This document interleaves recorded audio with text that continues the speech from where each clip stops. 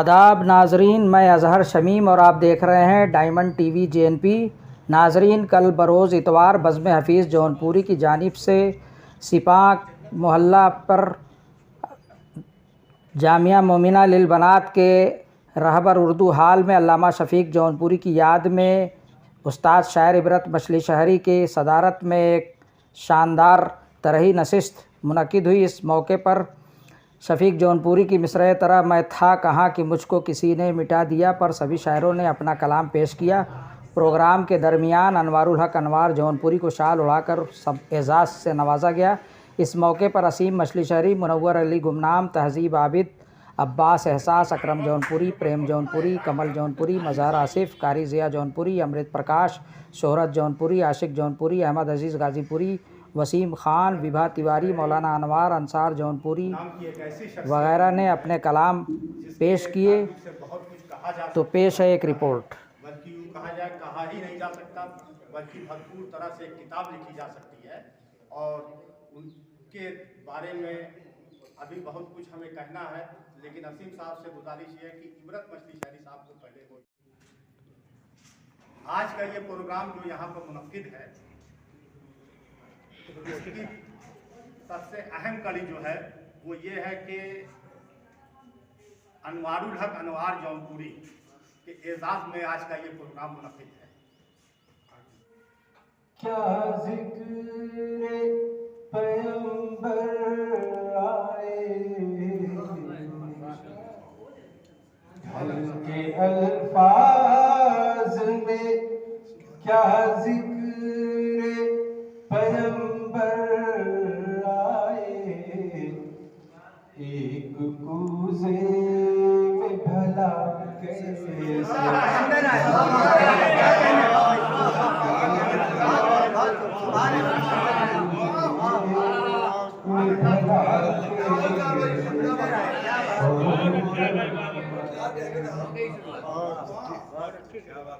ऐ शहंशाह सुखन, ऐ शहंशाह दो आलम, ऐ शहंशाह सुखन, ऐ शहंशाह दो आलम, ऐ शहंशाह सुखन, भूल उठे आपकी मुट्ठी में जो पत्थर,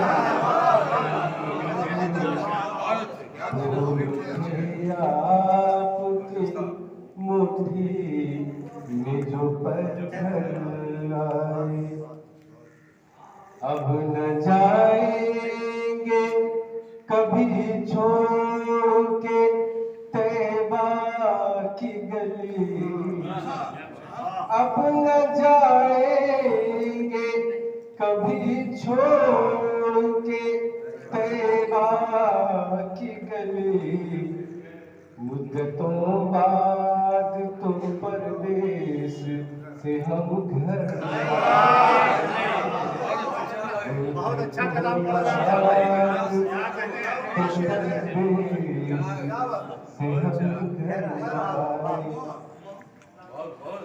फिर ये हसरत है मैसर हो मदीने का सफर, फिर ये हसरत है मैसर हो मदीने का सफर, फिर निगाहों में वही खुल्द का मंजर,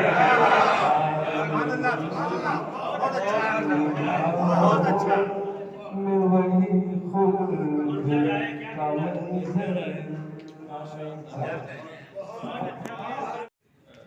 और मैं अमृत प्रकाश से गुजारिश कर रहा हूँ कि वो आज के इस प्रोग्राम में मेहमान खुसूसी हमारे मौलाना अनवार अहमद कासिमी साहब की गुलपोशी करें। मेहमान बना दिया था। 10-12 सालों से मैं शायरी कर रहा हूँ, लेकिन ये इनका बड़कपन है। ये बताते हैं अपने आप को कि मैं 10-12 सालों से शायरी कर रहा हूँ, लेकिन हकीकत ये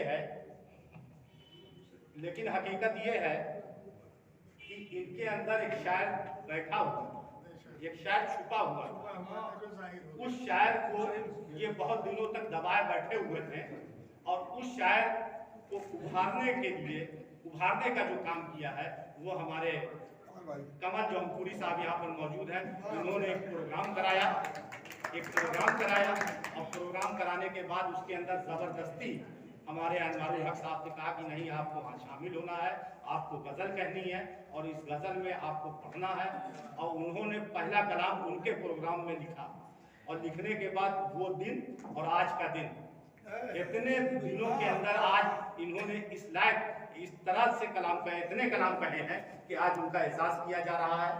और हमारे लिए बड़े ही फख्र की बात है, बड़े खुशी की बात है कि जो हौसला, जो अज़्म, जो हिम्मत, जो ताकत हम अनवारुल हक जौनपुरी साहब के अंदर पाते हैं, बहुत कम लोगों के अंदर पाते हैं। जबकि हम लोग अभी अपने पास काफ़ी वक्त है, हम हैं, असीम हैं या हमारे हम उम्र जितने भी हमारे साथी हैं, हम लोग नौजवानों में अभी शायद शामिल हैं।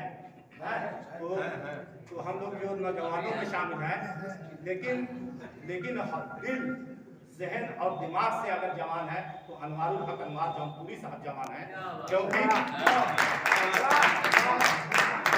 क्योंकि इतने कम वक्तों में बहुत ही बड़ा काम इन्होंने अंजाम दिया कि इन्होंने अपना एक घर बनवाया। लेकिन घर के पहले इन्होंने अपने जहन के अंदर एक खाका, किसी भी घर की तामीर के पहले खाका बनता है, तो उस खाके में इन्होंने ये तय कर दिया था कि मैं अदब की खिदमत करने के लिए कुछ न कुछ करूँगा। और उसके अंदर एक हाल बनवाया जिसके अंदर अदबी प्रोग्राम और बज़्म शिराज के बैनर से, क्योंकि आपके उस्ताद अहमद निसार जौनपुरी साहब हैं, अहमद निसार साहब जौनपुरी साहब जो हैं वो बज़्म शिराज चला रहे थे। बज़्म शिराज के प्रोग्राम में इन्होंने एक शेर कहा था, क्या शेर आपका है कि